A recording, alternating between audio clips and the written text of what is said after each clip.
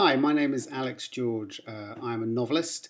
My last book, which was published about 2.5 years ago, was called A Good American. It's been some time since I have looked at the Amazon site for the book, and with, as it turns out, very good reason. There are some really fantastically bad reviews of the book on that site. Some very nice ones too, I'm happy to say, but it's the bad ones that I've been looking at today. And I wanted to share one of them with you. It really is kind of epic in its awfulness. Okay, here goes. This is by a lady called Krista Mitchell. So thanks, Krista. And she heads it up the Forrest Gump of novels. I'm sorry to say, but this is a truly awful book. History is whitewashed. The characters are only caricatures. Reactions, gestures, and conversations are highly cliched.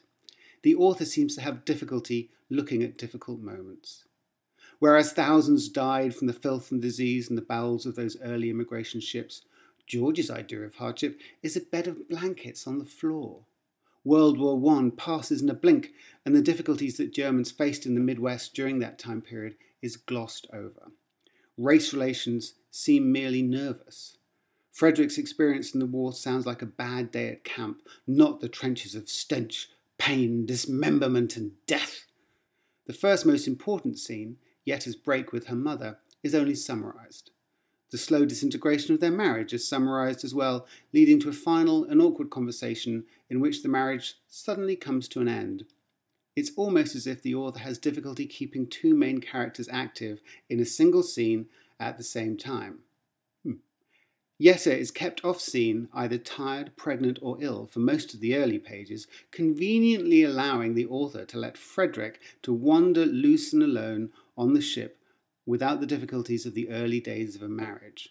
In fact, everything is just too convenient.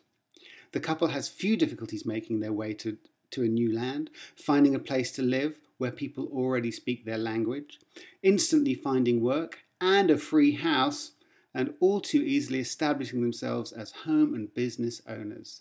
There is never a moment of loss and true discomfort. I don't think the short wagon ride counts. Never a moment of hunger, never even a night without a place to sleep. This is a Disneyfication of history. I do hope people don't consider it an honest representation.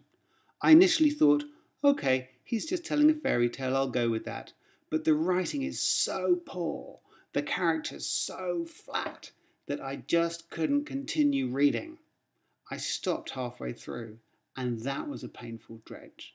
It's likely unfair to rate a book that I haven't finished, but if a book is that painful to read, I think a rating is warranted.